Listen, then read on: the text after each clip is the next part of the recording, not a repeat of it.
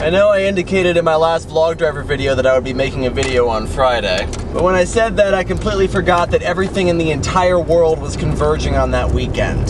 So the video didn't get made, but fortunately the rant I had planned is a rant that will be applicable to pretty much the entire summer, so I will give it this Friday. For today, however, let's do a review.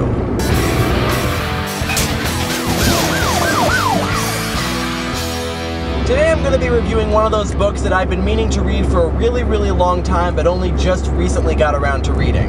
I have a fairly long list of those books. The book in question is The Neverending Story by Michael Ende. And oh my god, I cannot believe I waited so long to read this book because it is one of the most incredible things I have ever read. If you've never read Michael Ende's The Neverending Story, then you need to go and find it and read it, and also know that there will be some mild spoilers in this review.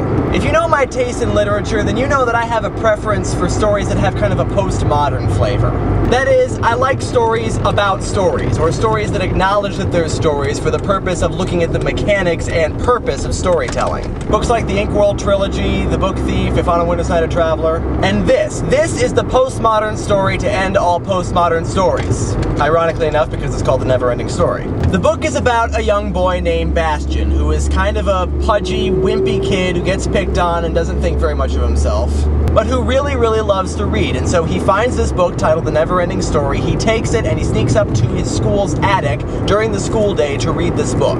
The book is about a fantasy world called Fantastica. And in this story, we follow the adventures of a young man named Atreyu. Because the land of Fantastica is under attack by some mysterious force known as the Nothing. The Nothing is making Fantastica disappear. In addition to this, in fact probably in connection to this, the childlike Empress, who is the supreme monarch of Fantastica, has fallen ill and is dying. And so Atreyu is on a mission to find a cure for the childlike Empress. But as Bastian reads further, he is getting pulled farther and farther into the story, and I mean that literally. He comes to realize that he is actually a part of the story, and about midway through the novel, he actually enters the story. And not only has he entered the story, but he also has control over the story. And so like the Inkworld trilogy, this takes a look at the mechanics of storytelling, how it works, how it all fits together, and why it's important. One of the things I really like about this novel is that it could end about midway through. In fact, if you've ever seen the movie adaptation that they did in the 80s, that one actually does end where the halfway point is in the book.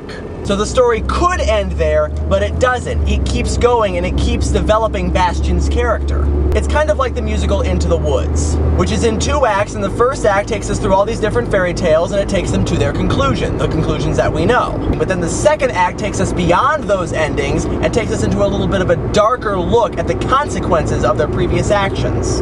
And so while the first act could stand alone as its own story, the second act adds so much more depth to it.